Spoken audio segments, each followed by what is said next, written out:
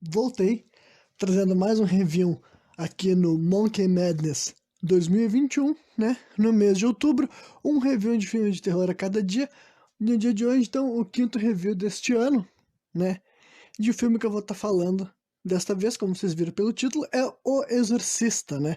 The Exorcist, de 1973, né?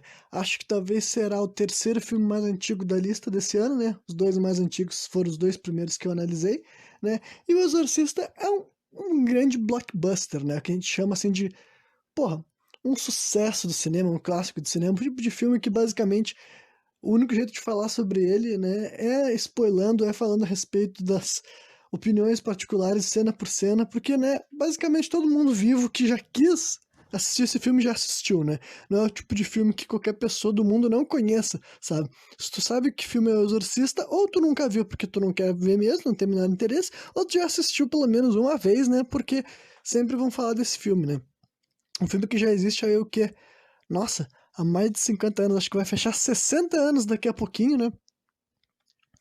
Enfim, né? Mas então, a parte sem spoilers desse filme que eu vou me limitar, né? O que eu posso falar a respeito desse filme que não tem spoilers é, por exemplo, dizer que ele é inspirado num livro, né? Um livro que eu nunca li, mas é uma história que eu já tô careca de saber que esse filme daí foi baseado num livro escrito em 1971, então demorou pouco tempo para o livro se tornar um filme, né?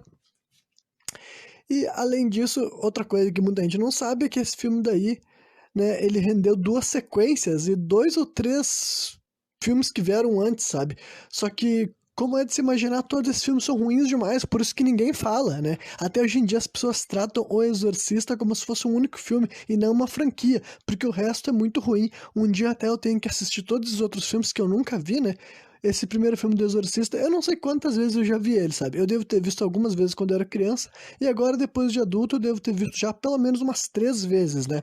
Então é o tipo de filme que eu já tenho, assim, bem dizer, minhas opiniões bem estabelecidas, né? Embora quase sempre depois que eu assisto eu me esqueço de quase todas as partes menos interessantes, menos importantes, e adivinha, existem muitas delas nesse filme, né?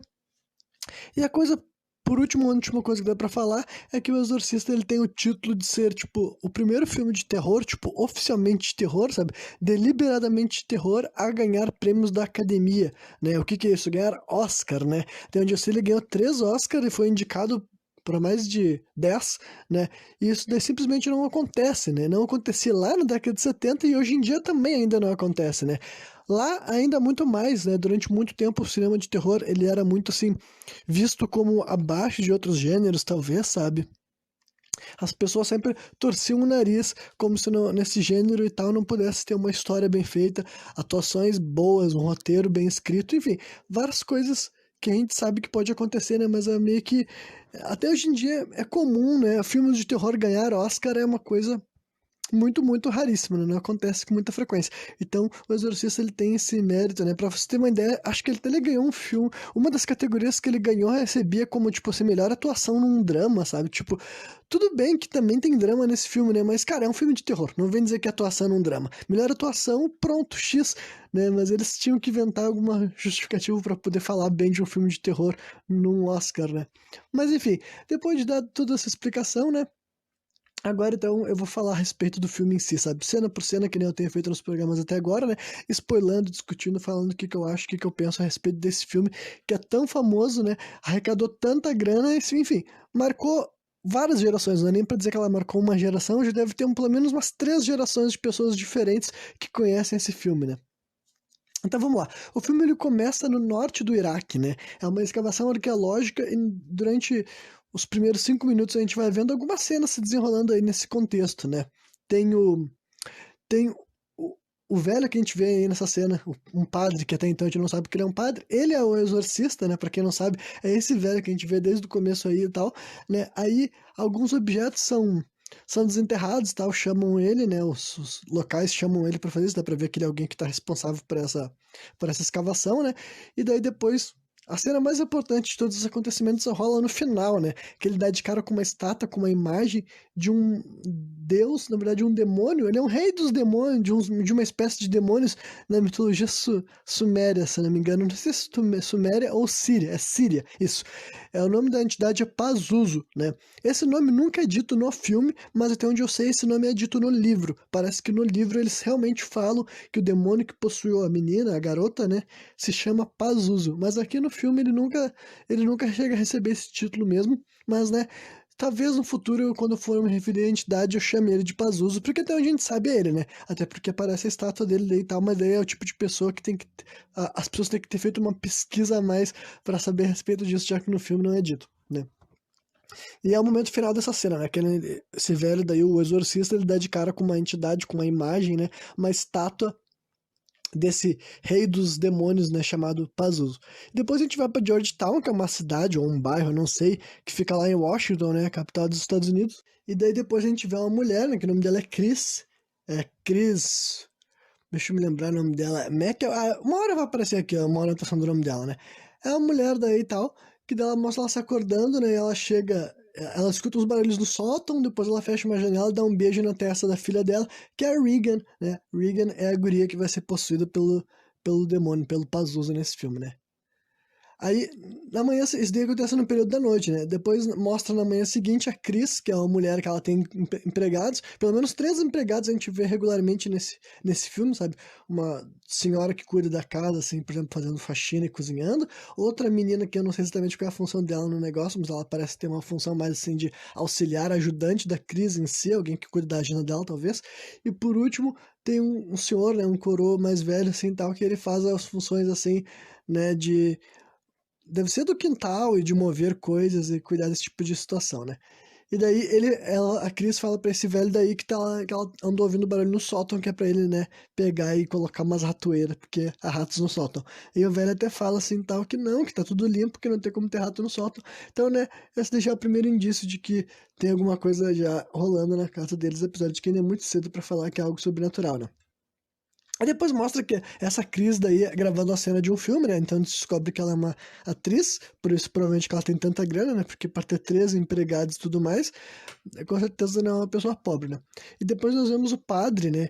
O padre que será, assim, um dos personagens mais importantes dessa história, né? Ele não é o exorcista em si, mas é o cara que no final ele vai ajudar o velho lá do começo, né? O nome desse padre daí é Damian Carras. A gente vê ele pela primeira vez, ele tá observando a Cris de longe, mas até onde a gente sabe isso daí é simplesmente uma coincidência, né? Nunca é esclarecido porque ele tava observando ela.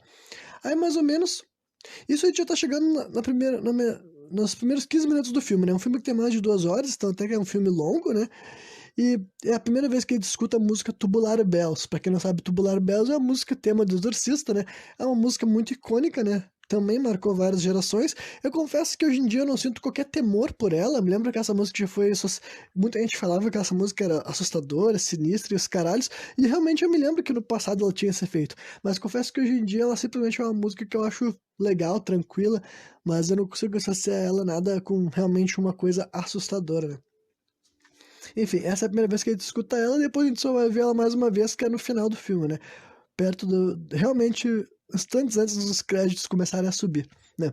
Aí no meio do caminho, a Cris ela passa em frente a um lugar onde o padre Carras, né? O Damian Carras, atende. Daí ela também tem uma cena que ela mostra ela observando ele. Então é como se os dois já soubessem quem um é o outro, por exemplo, né? Muito antes deles se encontrarem, né? Aí a Chris chega em casa e rola toda uma cena que, na verdade, é bem chatona, sabe? Com ela e a Regan, que é a filha dela. Na verdade, esse filme, na primeira 1 hora, ele é recheado de cenas assim, sabe?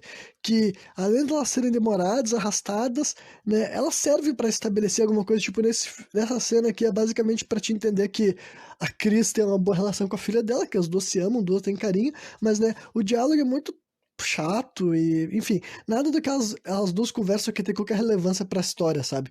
Não é como se essa cena fosse realmente interessante. Eles poderiam fazer uma cena que reforça como elas têm uma ligação, mas, né, tem um pouco mais de peso, um pouco mais de simbolismo, né? O diálogo que elas tinham aqui era uma conversa aleatória sobre a menina ter andado a cavalo, sabe? Um monte de coisa que simplesmente não vai ter qualquer relevância pro resto da narrativa, né? Aí nós vemos o padre indo ao metrô, né, o Damien Carras, né, e um mendigo pra ele, o mendigo pede uns trocados pra ele, né, o mendigo fala que já foi um cristão e tal, mostra o padre olhando na cara do mendigo, só que nunca é esclarecido se ele deu dinheiro pro cara ou não, né. Aí mostra o padre daí já chegando no bairro dele, na comunidade que ele mora. A gente vê que ele mora num bairro pobre. Aliás, esse não é ele que mora aí. Ele tá indo visitar a mãe dele, né? Ele vê que a mãe dele mora num lugar pobre, dinheiro a velha com certeza não tem, né? Mais uma vez é uma cena elaborada, arrastada, mostra desde ele chegando até o prédio, até ele subindo, até ele chegando na frente da porta, puxando a chave e tudo mais, né?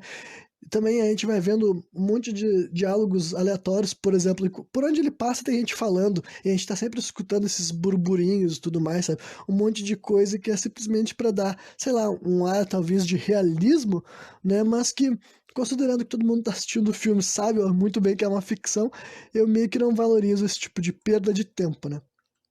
Enfim, aí o padre dele sugere, chegando até a casa da mãe dele, a mãe dele tá dormindo na frente da televisão, aí a gente vê algumas cenas dos dois, né? Tipo, fazendo várias coisas juntos. Eles tomam um café, se não me engano, ele faz uma massagem nela ou passa alguma coisa nas costas dela, algo desse tipo, né? E o padre sugere que a velha precisa ser levada pra uma casa geriátrica, sabe? Porque ela precisa de cuidados. E daí a velha diz que não, né? Que ela gosta de ficar ali, que ela quer ficar ali, que é a casa dela, e biriri barará. E depois ela questiona se tá tudo bem com o padre. E ele fala que tá tudo bem, mas, né, esse padre tem uma cara muito intensa pra parecer que tá tudo bem, né? E daí mostra depois a Cris pergunta, a Cris, né, que é a mãe da Regan, mostra essas duas, essa mulher e essa menina, né, deitadas na cama da. Não, nessa cena aqui primeiro elas estão. Não sei que parte da casa que é, mas tem uma mesa ali, como se fosse de ping-pong, sabe? E depois daí a Cris vê um tabuleiro Ouija. Esse é o tipo de coisa que eu sempre me esqueço, sabe? Eu já vi esse filme várias vezes, mas eu sempre me esqueço que chega, tem uma curta cena que o tabuleiro Ouija aparece nesse filme, né? E daí a Cris fala bem assim: ah, mas espera que a gente tem que fazer junto, tem que ter duas pessoas pra fazer. E a Regan responde que não, que ela sempre faz isso sozinha, né? E ela fala que ela tem que ela se comunica com o tal de Capitão Rowdy, sabe? O Capitão Rowdy. E daí a mãe dela fica assim: ah, é? E ele tá aqui agora, fala uns bagulho assim pra ela, tipo, já pra ver que a mulher também.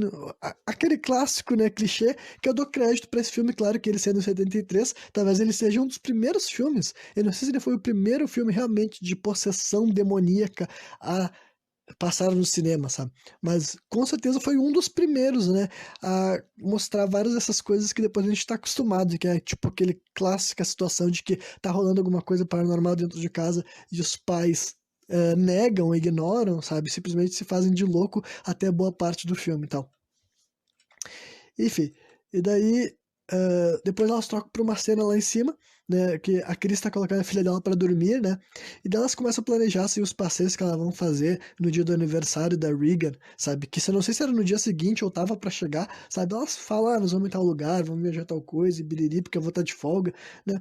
Essas coisas assim que a gente vê elas comentando, né? Aí depois a gente vê o padre Damien Carras com outro padre, né?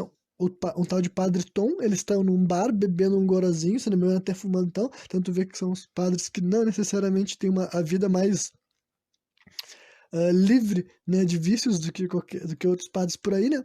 E daí tu vê que ele tá falando que ele quer sair da missão atual, sabe?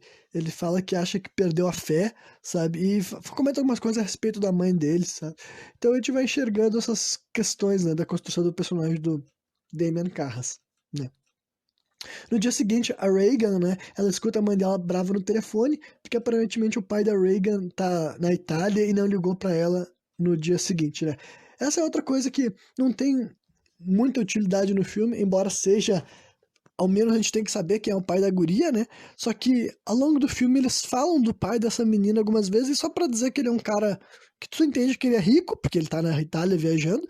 Então, só dá pra entender que ele é um cara rico que não liga pra filha, mas tipo, literalmente a gente não vê nenhuma vez o rosto dele, sabe? Então eu acho que eles poderiam ter estruturado melhor. Se o pai dela não iria fazer parte da história, eles poderiam ter uma única vez mencionado esse cara e nunca mais falado o nome dele, ou simplesmente então ter criado uma outra personalidade, uma outra função, né, para esse sujeito na narrativa, em vez de ser um cara que simplesmente é mencionado de vez em quando como alguém ausente, né? Aí, depois daí, pelo jeito, eles já cortam o dia inteiro, porque não seria interessante a gente ver o aniversário da guria, supondo que esse era o dia do aniversário dela, né? Acho que sim, porque é isso que a mulher tava reclamando, né? No telefone. Né? Daí a Chris se acorda pra ir trabalhar no outro dia e a filha dela, a Reagan, tá dormindo ao lado dela, né? E daí a filha dela comenta que foi ele dormir com ela porque a cama sacudia de noite. Mais uma vez a guria já tá comentando algo claramente sobrenatural, só que a mãe dela simplesmente se faz de louca, sabe? E, tipo assim, não liga nem um pouco porque a guria falou, tá ligado? Aí, isso daí é muito cedo da manhã, né? Dá pra ver que ainda tá escuro e tal. E quando a Cris, ela tá saindo, assim, do quarto dela, ela escuta barulhos do sótão, né? E daí ela resolve investigar. Ela sobe até o sótão, né? Ela, inclusive, vê as ratoeiras lá intactas, né? Com o queijo ainda e tudo. Então, com certeza tá rolando o barulho no sótão dela, mas provavelmente não são ratos, não. E daí uma hora ela se assusta que aparece o velho lá perguntando se ela queria alguma coisa, né? O velho levanta a cabeça assim no salto, precisa de alguma coisa? Daí a mulher se assusta, né? Ai, né? Fulano, tu me enganou, tu me assustou, fala assim pro velho, né? Isso daí já fechou meia hora de filme, né? Um quarto do filme passou, e até esse momento a gente não teve nenhuma cena de terror, né? Qualquer coisa que poderia ter sido assustador foi só mencionado, mas nada que a gente tenha enxergado de verdade. Então, mais uma vez, né? É um filme bem lento nessa primeira metade dele, né? Aí rola mais uma cena que eu acho que é arrastada, né? Que a gente enxerga um padre aleatório que a gente nunca mais vai ver, até onde eu sei, caminhando com flores na mão, duas plantas assim, sabe? Não sei se são duas flores ou duas plantas em jarros não, né, em potes assim e tal, né? E daí a gente vê ele caminhando, a gente vê ele entrando dentro da igreja, a gente vê ele andando para um lado, andando para o outro, aí eventualmente ele dá de cara com uma imagem da Virgem Maria que foi tipo assim, profanada, sabe? É como se alguém tivesse botado, né, o que deveria ser alguma espécie de rola no meio das pernas dela, sabe? E também botado algumas coisas assim, uns cones assim nos seios da imagem, né? Então, alguém fez alguma profanação, digamos ali, numa imagem da Virgem Maria, né? E daí e já corta já essa cena só pra nos mostrar isso daí, né? Aí a Chris leva a Regan para fazer alguns exames, né? E daí a menina enxerga, enquanto ela tá fazendo esses exames, uma das primeiras coisas que a gente vê é que como se ela tivesse enxergado um rosto misterioso, né? Mais uma vez, é um filme de 73, então por mais que ele seja um filme assim, por assim, que ele realmente foi muito bem feito, sabe? Foi um gosto muito hollywoodiano, muito sério. O tempo inteiro esse filme ele consegue se parecer uma história real, legítima, sabe? Mesmo quando tá rolando as coisas mais absurdas e insanas, sabe? É um filme que se leva muito a sério, né? Mas ainda assim, os efeitos especiais algumas vezes são meio, né, precários. Tipo, esse momento daí e tal, a única coisa que a menina tá olhando pro nada quando vê a cena, a imagem inteira da tela que a gente enxerga é um rosto assim no escuro, né? E daí nós imaginamos que esse rosto feioso que apareceu do nada é ela que tá enxergando, né? E depois, desde aquela cena ali, então, a gente vê que a menina tá agindo estranho, sabe? Ela tá respondendo estranho ao doutor. A gente vê algumas cenas que ela tá cantarolando e com a cara parada assim na parede, sabe? Então a gente vê que a guria não tá mais se comportando de uma maneira normal, né? Aí, nisso, depois a gente corta pra uma cena da mãe dela, a mãe da Reagan, a Chris, conversando com o médico que examinou, né? E daí ela até fala assim, ele falando sobre coisas que podem ser, que ela parece estar com um problema diferente no sistema nervoso dela, né? Pode ser alguma coisa também no cérebro, neurológica, né? Aí a Chris questiona sobre as mentiras, e o cara fala mentiras. É, que ela tem falado de de camas que balançam e tudo mais, então na cabeça dela a filha dela tava só mentindo, né? Aí o doutor fala assim, olha, eu não sei, mas pode ser a mesma coisa que tá desencadeando as obscenidades. Daí a mulher começa assim, como assim obscenidades, né? Ela fala umas coisas bem pesadas e tal, ela não faz isso na tua frente, ela falou, não, né, que nem tá entendendo. Ela pede pro doutor falar exemplos, e o doutor fala que, ela disse assim pra eu não botar a mão na merda da buceta dela, ou na porra da buceta dela, sabe? Enfim, daí a mulher até dá uma risada, tipo assim, eu não consigo imaginar minha filha falando uma coisa dessas. Não.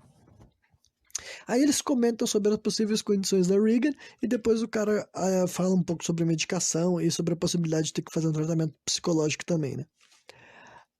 Aí a gente vê uma cena do padre visitando a mãe dele numa clínica, que ela tá internada, tá numa clínica, tipo assim, geriátrica, mas também parece que tem a ver com pessoas que têm condições mentais, algo desse tipo, assim, sabe? Só que isso daí, na verdade, é um flashback, né? Ah, apesar de não ter qualquer indicação de que a gente tá vendo uma cena no passado, a gente fica meio confuso, porque a última vez que a gente viu essa mãe do Damian Carras, ela tava na casa dela e dizendo que ela não queria ir pra clínica geriátrica nenhum, né? Aí rola uma cena lá meio dramática, assim, tal, de que a mãe dele tá bolada com ele pela ter ido parar lá e tal, né? E depois disso, assim, a gente vê umas cenas do Damian dando uns socos assim num saco, sabe? Ele tá fazendo um treinamento meio que de boxe, né? Aí eu acho que provavelmente essas coisas que a gente enxergou da clínica geriátrica lá e tal, ou da manicômio, não sei exatamente o que que era, né? Eram lembranças do Damien, né? Porque depois disso muda pra uma cena de uma festa na casa da Cris. E quando eu digo uma festa, é uma festa muito chata, sabe? É uma festa, tipo assim, de gente rica e padres, e além de padres também tem, né, pessoas da televisão, enfim, é uma festona cifrozona de gente da alta sociedade, sabe? Não é nada de uma festa que a gente tá acostumado hoje em dia, né? Aí a gente fica sabendo, no meio dessa cena dessa festa, a gente fica sabendo que a mãe de Damien morreu em casa, né? Então é por isso que a gente entende que aquela cena que a gente viu agora há pouco, né, do Damien Carras visitando a mãe dela a mãe dele num sanatório, numa clínica geriátrica, é um flashback, sabe? Porque ela morreu na casa dela, então dá pra ver que a linha do tempo tá naquele momento lá de que a velha queria ficar em casa e que ela não queria, né, ir pra lugar nenhum pra ser tratada, né? E daí a gente vê daí o patrão da Cris, eu não sei se ele é diretor do filme que ela tá fazendo, algo desse tipo, né? Ele tá o tempo inteiro nessa festa apurrinhando o velho que trabalha pra Cris, chamando ele de nazista e os caralhos, sabe? E daí o velho uma hora se irrita e se bota nele assim e tal, né? Aí chega os outros convidados, né? E, enfim, e apartam a briga, né? E daí a Cris sobe lá em cima pra checar a Regan no quarto. Ela pergunta se a filha dela já tá morta e a filha dela não responde. Mas depois que ela sai da cena, a gente vê que a Regan tá acordada, ela abre os olhos dela, né? Aí nisso as pessoas dispensaram o bêbado, né? O patrão da Cris, porque ele tava dando fiasco por tá mamado, né? Daí essa festa chatona, tava todo mundo assim na volta de um piano cantando uma música frauzona, sabe? É interrompido daí pela Regan, que ela chega ali e tal, ela só fala pra um dos caras, ah, você vai morrer lá em cima, assim, pra um dos caras, né? E depois ela começa a se mijar, sabe? Se mijar a perna abaixo, a Cris fica tipo assim, ai gente, eu não sei o que tá acontecendo com ela, acho que ela tá doente, né? Leva a filha dela pra tomar um banho, né? Mostra ela assim dando um banho na Cris, na Regan, né? Pergunta por que que ela falou aquelas coisas. A filha dela não fala nada. Depois que ela bota a Regan pra dormir, a Regan fala: Mãe, o que que tá acontecendo comigo? E ela: Você não se preocupa, filha, a gente já vai descobrir e tal. E daí, quando a Cris vai sair assim do quarto, a filha dela chama ela de volta assim: Mãe, mãe. Daí ela entra no quarto e é a primeira vez que ela vê a cama balançando, né? A cama tá literalmente pulando, saltitando assim e tal, né? E a mulher corre lá e se deita com a filha dela assim. Eu não entendi como é que tu vê uma cama pulando e a maneira de socorrer que tu vê é se deitar em cima da cama junto com a tua filha, né? Aí mostra daí um amigo do Damien, que é outro padre, se eu não me engano, visitando ele, sabe? Aí eles bebem um goró, o Damien tá mal, dá pra ver que ele tá se sentindo culpado por ter deixado a mãe dele sozinha, sabe? E, né, e não ter socorrido ela no momento que ela poderia ter precisado. E depois descorta pra ele fazendo uma missa, né? Não sei se necessariamente é homenagem à mãe dele, mas ele menciona a mãe dele no meio da missa, né? Aí mostra que a Regan voltou pro médico, né? A mãe dela levou ela pro médico de novo, né? Eles vão ter que dar uma injeção nela pra ela ficar calma e mostra ela assim cuspindo, falando alguma coisa pra ele primeiro, sabe? Seu desgraçado, seu vagabundo, dá um cuspido assim na cara do médico, né? Então ela já tá obviamente fora de si, né? Aí a Cris comenta que a cama balançou, né? E o médico fala assim: ah, talvez tenha sido alguma espécie de convulsão. Daí a Cris é obrigada a falar assim: cara, não foi a minha filha que sacudiu a cama tava pulando, saindo do chão, né? Aí o cara começa a falar de algumas condições que podem acontecer através do lobo temporal, né? É aquela parte do filme também que os cientistas têm que negar, né? Os doutores, os médicos têm que negar as coisas que nós, como audiência, já sabemos que é, e eles têm que ficar arrumando uma explicação científica, né, para os acontecimentos, né? Aí a Regan passa por um procedimento mais complexo, assim, de tratamento, mostra, assim, eles enfiando algumas coisas no corpo dela para tirar sangue e uma máquina na volta da cabeça dela para tirar, tipo assim, uns raios-x, né? E daí, nada é descoberto no cérebro dela, o cérebro dela tá normal, sem indicações de um derrame, que eles tinham suspeita de algo desse tipo, né? Ainda assim não descobriram nada, né? Aí, antes da uma hora do filme, digamos assim, a gente tá chegando na metade, assim, dessa experiência, né? A loucura vai começar de verdade, assim, a loucurada do filme vai começar a acontecer, né?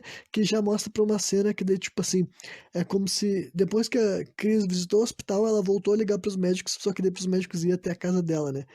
E daí eles chegam lá pra ajudar ela, daí a filha dela já tá, sabe, tipo assim, na cama sacudindo, ela tá se debatendo muito forte, dando uns saltos assim e tal. Aí um dos médicos chega perto dela e daí ela pega e dá um bufetão assim na cara do médico, sabe assim, pá, dá uma paulada na cara do médico.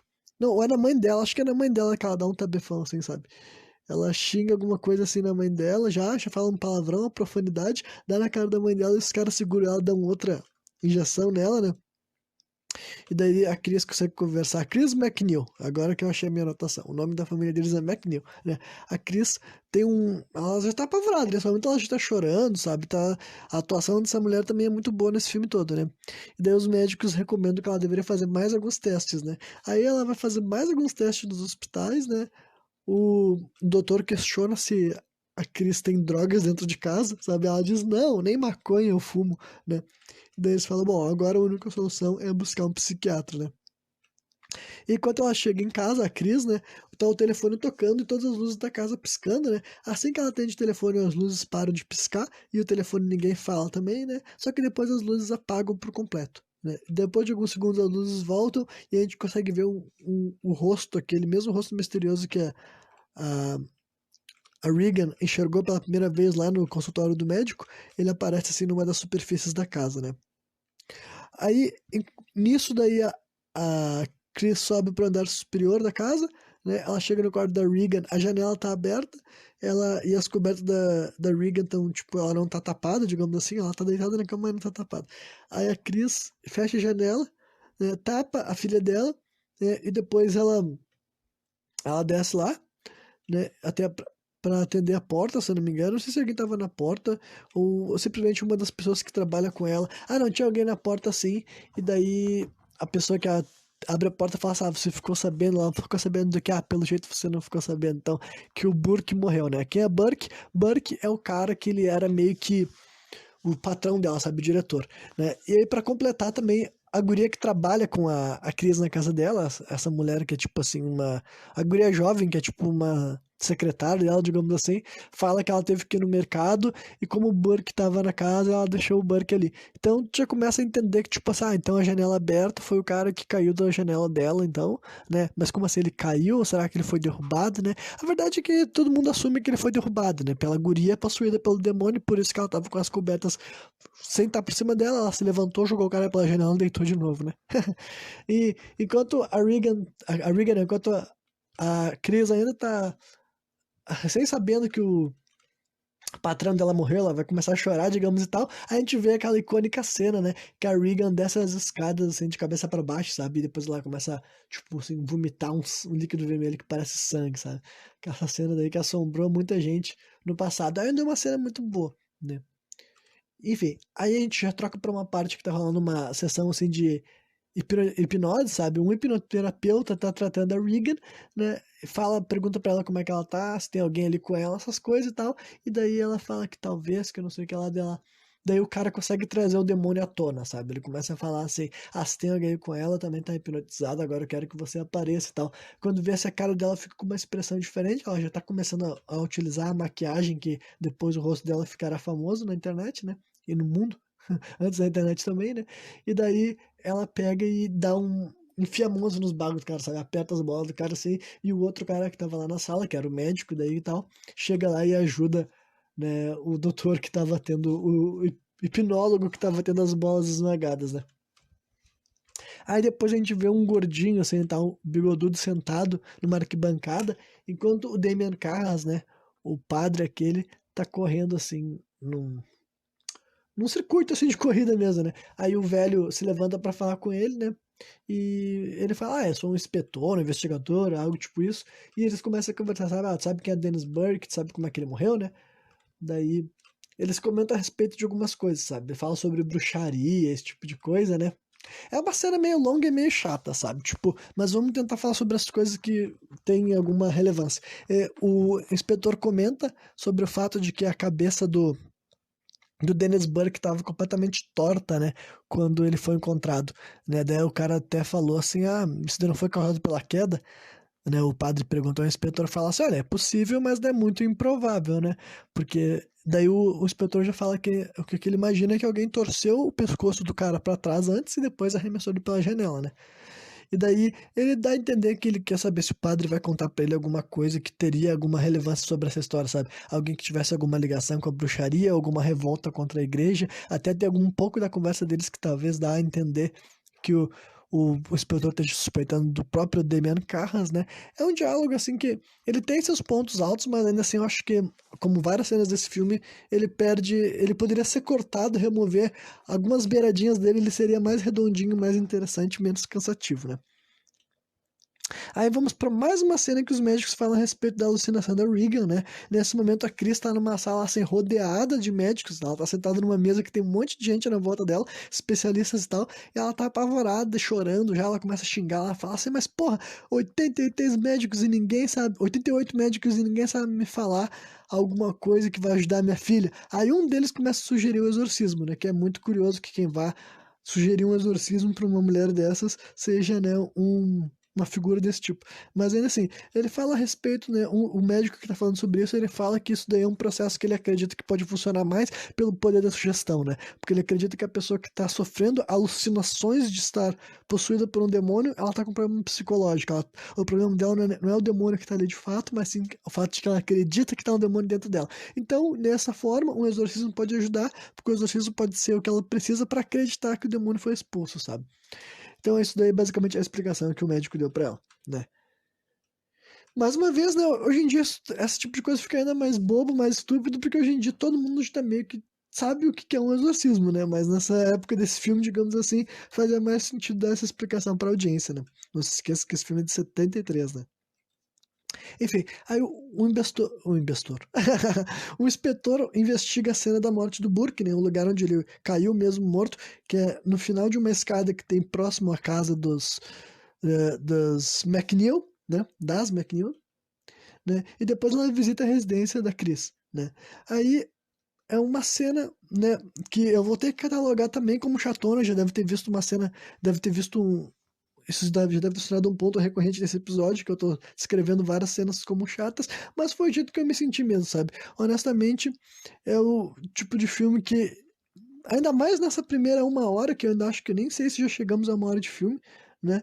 Nessa primeira uma hora, mais ou menos, do filme, eu diria que dá pra recortar muito, daria pra diminuir pelo menos uns 15 minutos de filme, sabe?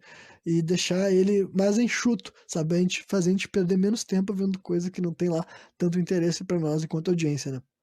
Mas enfim, aí que basicamente é uma conversa entre o inspetor e a Chris McNeil.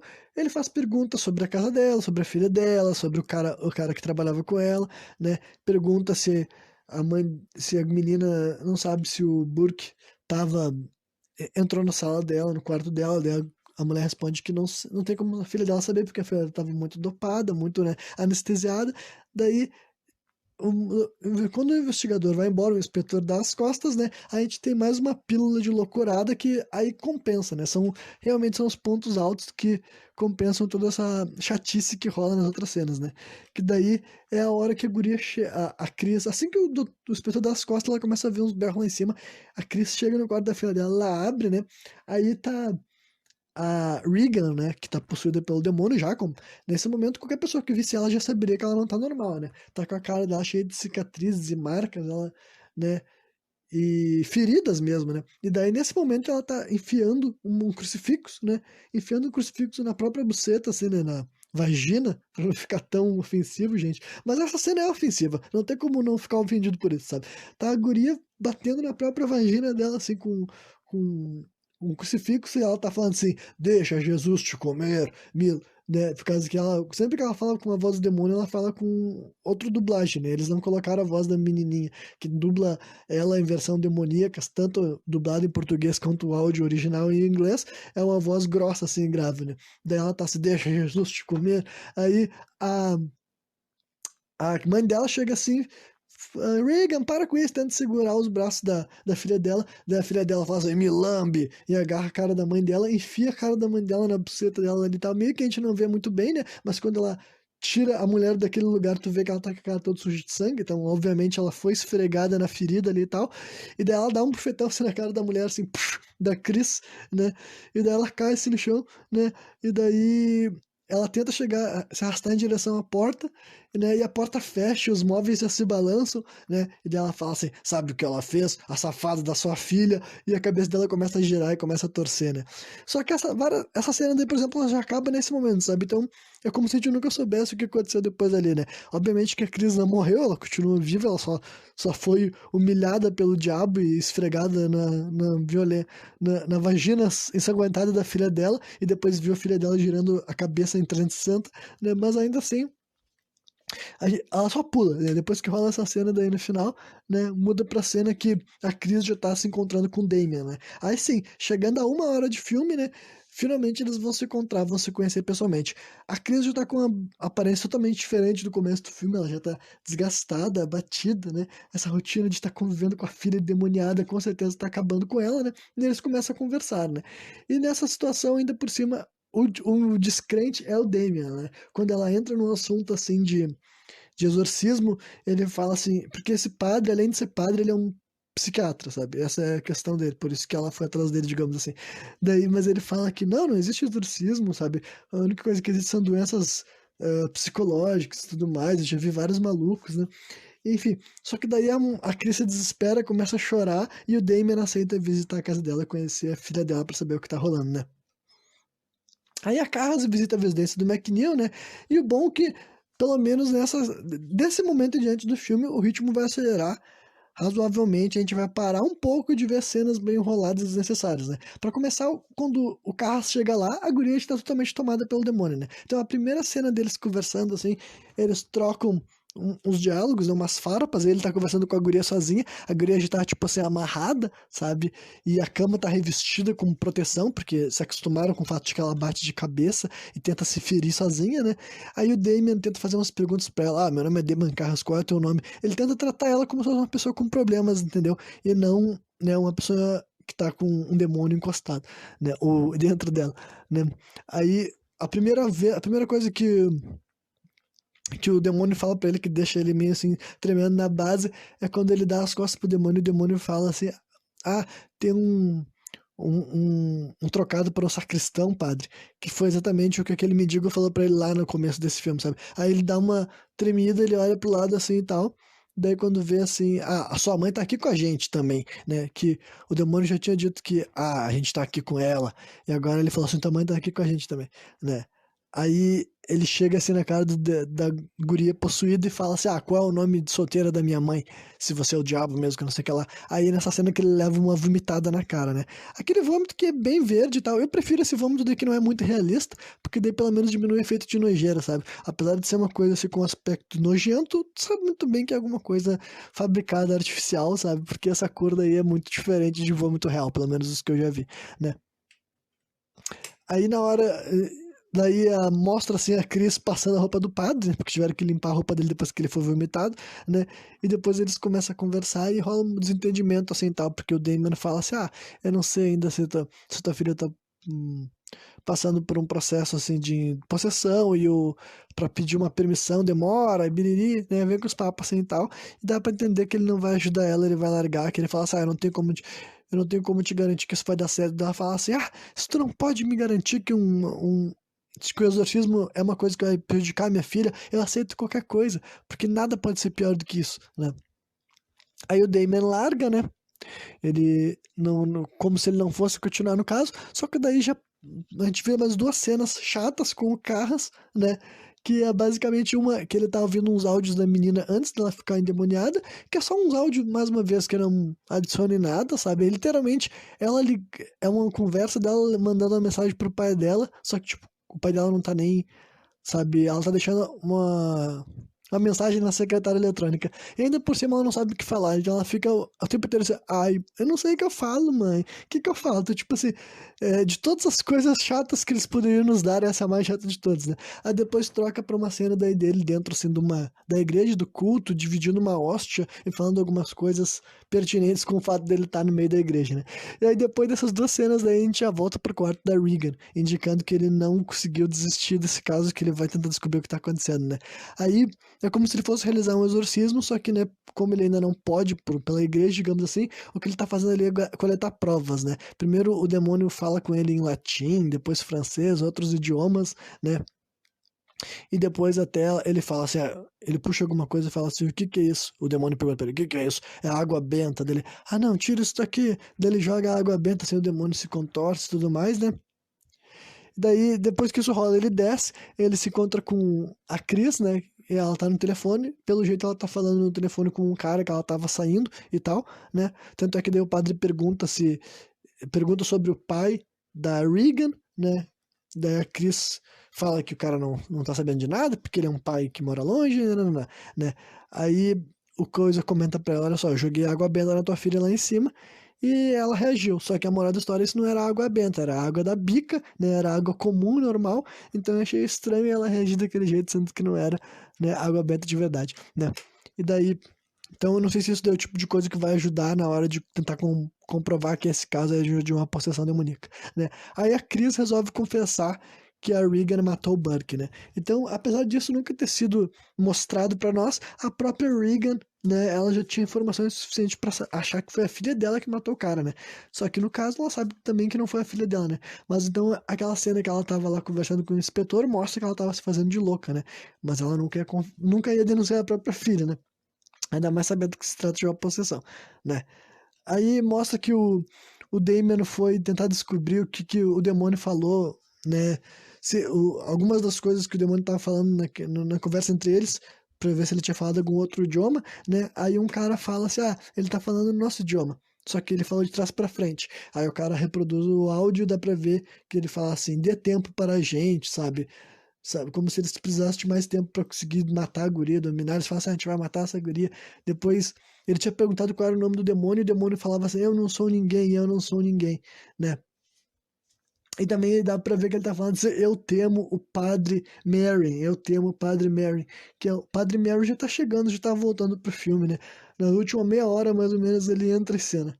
Enfim, aí o Damien recebe uma ligação da Cheryl, enquanto ele tá ouvindo, depois ele vai pra casa dele e fica ouvindo esses áudios repetidos aí do demônio falando ao contrário, né? Ele recebe uma ligação da Cheryl. Quem é Cheryl? Cheryl é a guria que trabalha lá pra Chris, né? Como se fosse auxiliar dela, né? E daí eles vão até o quarto da Regan e a Sharon fala assim, eu não quero que a Chris veja isso, né? Ela levanta a roupa assim, abre o pijama da Regan e dá pra ver que na carne dela tá escrito assim, help me, né? Me ajude, né? Aí o Damien, né, já tá na hora, mais do que na hora dele ir pedir a permissão para realizar o tal de exorcismo, né? Ele vai lá se encontrar com o padre, né? E daí o padre pergunta, tem certeza de que isso daí é um caso legítimo? Ele fala, olha, eu não tenho certeza, mas eu acho que alguma coisa tem que ser feita, porque ele fala uma coisa meio frouxa assim e tal. Mas o padre pergunta, tá certo, tu quer realizar o exorcismo? Ele disse que sim, só que daí o próprio padre que perguntou se ele queria realizar o exorcismo falou, olha só, talvez seja melhor alguém mais experiente, entendeu? Eu vou ver, assim que eu encontrar alguém adequado, eu vou entrar em contato contigo, né? Aí já troca pra uma cena desse padre conversando com aquele padre tal de Tom, que a gente viu ele conversando com o Damian Carras lá num bar há um tempão atrás, né?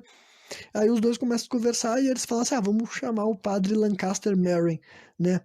Que.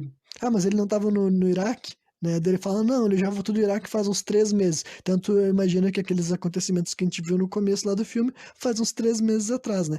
Aí eles comentam a respeito da idade avançada dele, né? De que talvez ele tenha problema de saúde. Só que o padre Tom fala: olha só, se ele tá por aí realizando escavações, ele não deve ter tão mal assim, né? E eles comentam que ele já realizou algum exorcismo na África, sabe? Que foi um exorcismo que durou meses e quase matou, né? Esse padre Lancaster Mary. Aí já toca pra cena que agora depois da primeira 1 hora de filme, agora eles começam a fazer o que eles deviam ter feito desde o começo, tá ligado? Que eles vão trocando de cena pra cena interessante, tá ligado? E até outra coisa, tipo, se o filme não fosse pra ser mais curto, que ele poderia ser mais curto, eles pelo menos deviam ter desenvolvido as partes mais interessantes, sabe? Em vez de deixar as cenas chatonas tão longas, né? Mas enfim, o Padre Merrin já recebe a carta, né? Tu fica meio. Quanto tempo pode demorar pra uma carta chegar? Não pode ser tão rápido assim, né? Mas vamos ignorar isso daí porque naquela época não existia Zap, né? Aí já corta pro momento da chegada dele, mostra ele recebendo a carta, ele só olha pra carta e já põe a próxima cena, é ele chegando na casa das McNeil pra realizar o exorcismo, sabe? Tipo assim, agora do nada, depois de fazer a gente perder vários minutos vendo cenas chatonas, agora eles falam, agora quer saber? A gente já enrolou muito, agora vamos só ir pras partes que as pessoas querem ver, né? Aí já corta pro momento da chegada do padre Lancaster Mary, pra quem não sabe, é essa cena daí que é o pôster, né? Que tem um coroa assim de roupa preta chegando numa casa iluminada assim pela luz da rua, né? É esse padre daí, ele que é o exorcista, né? Esse momento daí e tal. Basicamente é 1h30 de filme que a gente vê essa cena, né?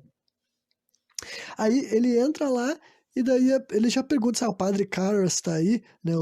Daí eles falam, tá sim, padre, então tá bom, então vamos nessa nele. Quando ele vê, ele começa a fazer uma lista das coisas que ele vai precisar, ele manda o padre, o Damian, né? Ir lá na casa dele buscar isso, aquilo, as coisas que ele vai precisar. Aí o cara fala assim pra ele, o Damian Carras, quero ver os acontecimentos do caso, padre. E o padre olha pra ele e fala, por quê? Né? Tipo assim, não, cara, eu vim aqui fazer um exorcismo, né? Ah, esqueci de falar também que assim que ele entra em casa, dá pra ver que o demônio dá um gritão e parece que ele grita o nome dele, sabe? Merrin, né? Como se o demônio já soubesse bem quem chegou ali e vice-versa, né? Aí enquanto eles estão se preparando, né? Depois que o Damon vai lá e busca o, as coisas, a lista de coisas que o Padre Merrin pediu, né? Ele começa a alertar o Carras a respeito das mentiras do diabo, sabe? Fala que o demônio faz jogo psicológico, ele fala várias mentiras e alguma verdade no meio. Tu tem que ter força, tu não pode deixar. É totalmente um jogo psicológico. Tu tem que estar firme e forte, porque ele vai tentar te quebrar a tua mente, né? Aí eles entram na sala gelada, né? Que até onde eu sei, essa sala é gelada de verdade. Eu já ouvi falar algo a respeito algumas vezes sobre isso. Que né, naquele tempo não tinha como fazer um efeito convincente de as pessoas falarem, sair um vaporzinho de ar. Então a solução deles foi realmente resfriar a sala, sabe? Eles colocaram gelo, sabe? Gelo, gelo mesmo, assim, em vários cantos da sala onde a câmera não pegava, né? Pra realmente resfriar aquela sala e conforme eles falar, fazer aquele efeito assim de ter resfriado. Enfim, deve ser falar, por que que não usou simplesmente um ar-condicionado? Ah, eu não sei, eu já vi umas explicações a respeito disso, né? Quem pesquisar vai saber melhor se isso é lenda ou não, né? Mas até onde eu sei, né? É isso aí. Aí começa o exorcismo final, né? Com quase meia hora de filme ainda, então praticamente a cena final quase toda vai ser sobre isso daí, né? Aí começa daí, essa parte meio que não tem muito assim, qualquer descrição que eu fazer vai ficar meio que não vai ficar à altura, né? Vai dizer, é a razão pela qual tu assistiu o filme, entendeu? Tu assistiu o filme até aqui pra ver o que ia acontecer e tal, né? Eles falam um monte de coisa da Bíblia, eles jogam água benta nela, ela ofende eles, fala coisas do passado deles, algumas coisas que a gente não entende muito bem. Tu imagina que ela tá apontando erros e falhas de caráter deles, que pode ser verdade ou não, né? O Damon dá uma congelada quando ela faz a cama levitar, né? Aí o padre Marion tem que ficar, mano, volta pra cá que eu preciso de gente, a gente tá junto nessa, né? Aí eles conseguem falar, conseguem fazer, rezar, né? Falar o que tem que falar ali e tal. A coisa vai se acalmando e depois volta mais uma vez uma loucurada. Ela começa a soltar as mãos dela, né? A Regan, ela começa a levitar, daí agora o corpo dela inteiro, né? Sem ser só a cama, né? Só a cama, como se fosse pouco, né? Mas ela tá levitando sem a cama, só que daí o padre, né? O Merrin consegue ir acalmando o demônio, fazer o demônio ir sucumbindo, caindo de volta à cama, né? O padre Carras vai lá e começa a amarrar as mãos dela de novo, só que enquanto ele tá tentando amarrar ela, tem uma hora que ela se levanta e tal, e dá uma paulada assim na nuca dele com as duas mãos, sabe? E daí depois o outro padre cai também, o Mary cai, sem a guria bater nele, acho que não sei se ela faz algum poder paranormal de demônio, ou ele cai sozinho porque ele é velho, né? E daí essa aqui também é uma das imagens mais legais do filme e tal, que o padre Mary enxerga lá de costa pra ele, sabe? E na frente dela aparece a imagem do Pazuzu, sabe? Com uma luz resplandecendo que fica iluminando o contorno do corpo dela, sabe? É uma das imagens mais legais que tem nesse filme, na minha opinião, né? Só que daí o Mary se levanta assim, quente, falando, mandando ver, conseguindo, sabe, controlar a situação, né? E a Regan não se acalma, quase dorme assim e tal. Daí os dois estão exaustos, até o padre Mary fala pro cara, se tá cansado, daí o cara só sacude a cabeça dele e fala, tá, vamos descansar um pouco, pede um intervalo, né? Aí os dois estão ali fora da sala, né? Fora do quarto da guria, descansando, né? E daí o padre Carras, eu não entendo por que com essa menina. Daí o Merry só fala que é como se ele quisesse nos testar, né? Ele quer saber se a gente realmente acha que Deus nos ama, ou algo desse tipo assim, né? Aí o Merry vai até o banheiro, né? Aí a gente vê ele tá passando mal. Tipo, lá no começando do filme a gente vê ele tomando remédio. Aí agora a gente vê ele tomando remédio de novo e tu vê que ele tá ficando com a visão meio embaçada. Tu entende que o velho já tá muito coroa, né? O coração dele tá pra parar. E ele tá fazendo um processo que é realmente desgastante, né? Um exorcismo. Então, né, já tá anunciando que a tragédia tá vindo aí, né? E daí, enquanto isso, o Carras foi até o quarto da Regan para começar a examinar ela com aparelhos assim de medicina mesmo, sabe, pra ver como é que tá o coração dela e tudo mais, né? E nisso a Regan começa a falar, né? O demônio, na verdade, o Pazuzu, né, que tá possuindo a Regan, começa a falar com a voz da mãe do Damon e perguntar por que que ele abandonou ela, essas coisas, e ele começa a ficar puto, passional, ignorando por completo os conselhos que o padre Merrin tinha dado pra ele, né? E daí o padre Mary fala, mano, te manda daqui que tu tá só atrapalhando, né? Ele entra de novo na sala, que ele volta do banheiro, fala, mano, vai embora que tu tá só alimentando a força do demônio, né? Basicamente, o velho disse pra ti não cair nessa e tu caiu, né? Aí mostra, né, o padre Mary começando de novo o ritual de exorcismo, dessa vez sozinho, né? Se ajoelhando e rezando do lado dela, e nisso troca pra uma cena lá de fora do quarto, né? A gente enxerga o Carras lá meio que só sentado com a mão na cabeça. A Cris pergunta se já acabou, ele diz que não, né? Ela pergunta se a filha dela vai morrer. O Carras mais uma vez diz que não, e daí alguém bate na porta, né? Enquanto, né, a Cris vai até a porta para atender quem tá chegando, que é um inspetor, né, chegando na hora exata em que tudo tá para acabar. Enquanto isso, o Damien foi até o quarto, né, da Regan para ver o que estava acontecendo. Chegando lá, ele vê que o padre Lancaster Merrin tá caído, né?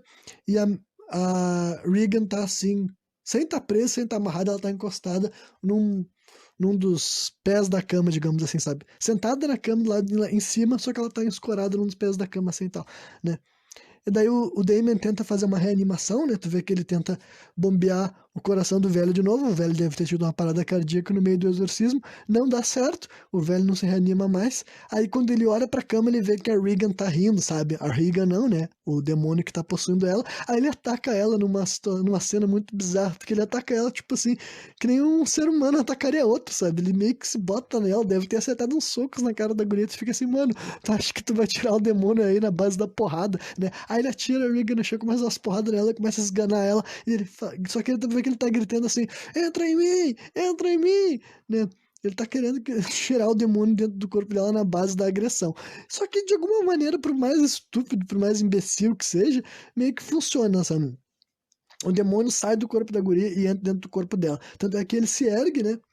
Depois que ele deu alguns socos e estrangulou a Regan no chão, né? Ele se ergue assim e tal, aí ele se olha no vidro assim da janela e ele começa a enxergar aquele aspecto da imagem demoníaca que a gente já tinha visto algumas vezes, né?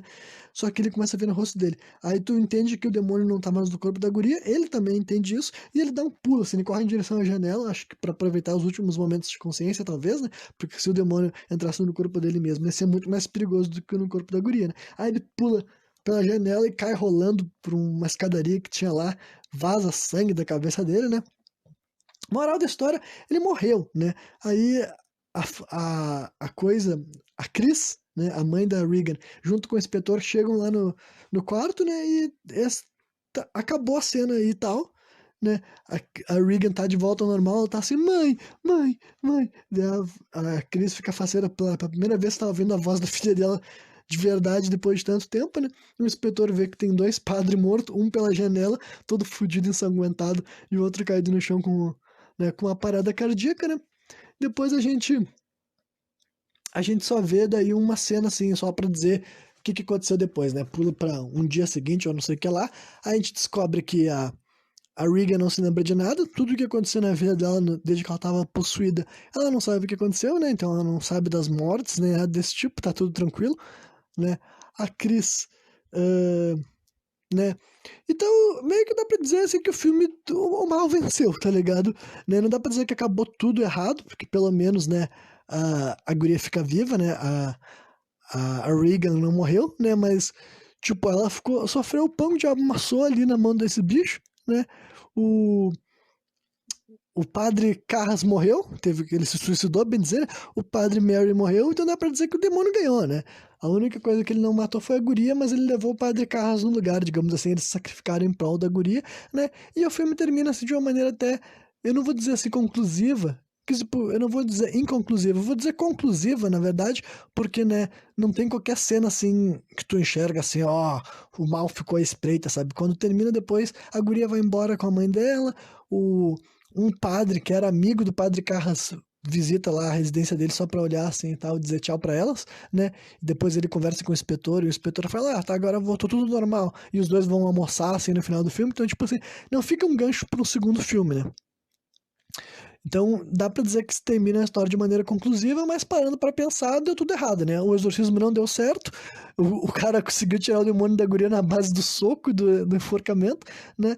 Enfim, o que eu posso dizer assim, sobre esse filme, eu acho o filme legal, sabe? Eu acho o filme bem feito, eu acho que ele merece, digamos assim, as coisas que ele ganhou, né? A reconhecimento que ele ganhou, mas ao mesmo tempo, assim, eu não considero assim um filme ah, perfeito, excelente, sabe? Tem gente que fala assim como se fosse o melhor filme de terror. Acho que talvez eles não se lembrem exatamente como é que é o filme inteiro, tá ligado? Eu considero assim um filme, pra começar, um filme longo, né? E sendo tão longo assim, ele não, o tempo não é tão bem gasto, tá ligado? Pra um filme de 2 horas, ele tinha que ter sido melhor pensado, melhor planejado. A maioria das cenas tinha que ter um peso maior, um enriquecimento maior, a narrativa tinha que ser melhor construída, sabe? Pra justificar essa duração tão longa e tal. Eu acho que esse aqui é um daqueles tipos de filme que ele poderia melhorar simplesmente tirando cena, sabe? Tipo, em vez de tu adicionar cena, só diminui, né? Recorta, recorta, recorta, recorta, eu acho que se tornaria um filme melhor, sabe? Mas, né, se fosse pra ter 2 horas, pelo menos eles podiam ter gastado essas 2 horas melhor distribuídos, sabe? A primeira 1 hora do filme eles podiam diminuir e a segunda 1 hora aumentar, digamos assim, sabe? Tipo, o que o. Eu vou perder muito tempo nessa explicação, digamos assim, né? Mas o ponto que eu acho é esse aí, entendeu? Eu acho que é um filme legal, acho que é um filme interessante, entendeu? Acho que pra quem não conhece, vale a pena conhecer, justamente pra tu conseguir entender que é um filme de 73 e o quanto ele pode ter sido importante pros outros, influência pros outros, né? E vários dos clichês que a gente tá enxergando aqui pode não ter sido tão clichê nessa época e depois, com o tempo, se tornar algo que foi saturado e tudo mais, né?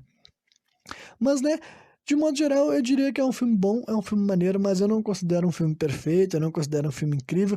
Tem várias cenas que que eu já critiquei aqui.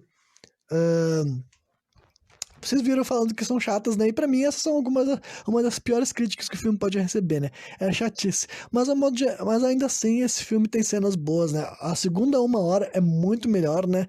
Mas, né, e o final também eu diria que é satisfatório pelo fato de que, por mais que seja bobo, o padre ter tirado o demônio da guria na base da porrada, pelo menos assim o demônio venceu, sabe? Não teve, tipo assim, uma reviravolta, sabe, muito assim, romântica, sabe?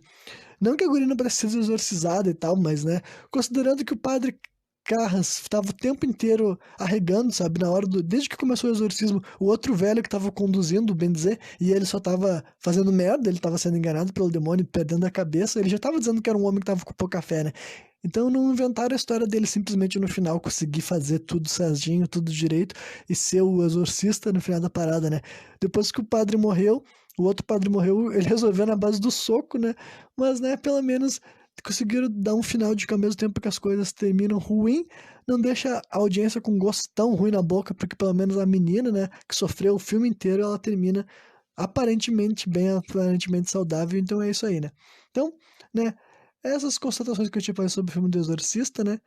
E, né, o resto, tudo que eu falar agora eu vou estar me repetindo. Então, amanhã eu vou trazer mais um programa, né? O sexto review, que eu ainda não sei que filme que eu vou estar analisando, mas é isso aí, né? Monster Madness, quer dizer, Monster Madness não, esse daí é o nome do programa que eu tô copiando. Monkey Madness 2021 continua amanhã, né? E valeu!